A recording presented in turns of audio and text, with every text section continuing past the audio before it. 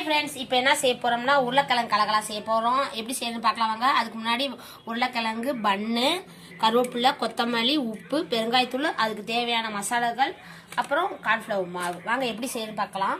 உருளைக்கிழங்கு வேக வச்சு உரிச்சு வச்சுக்கலாம். உருளைக்கிழங்கை இப்போ மசிக்க போகிறோம். இந்த பாருங்கள், ப்ரெட்டையும் சேர்த்து மசிக்க போகிறோம். கருவேப்பிலை போட்டுக்கிறோம், மல்லி, அப்புறம் உப்பு மசிச்சுக்கலாம். கார்ன்ஃப்ளவர் மாவு நமக்கு தேவையான அளவு போட்டுக்கலாம்.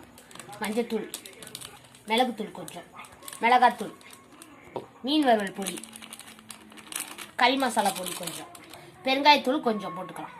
இது பாருங்க, பிசைஞ்சாச்சு. கொஞ்சம் மாவு போட்டு நம்ம தேய்ச்சிக்கலாம். சட்டியை காய வச்சாச்சு, எண்ணெய் ஊற்றிட்டோம், காஞ்சிருச்சு.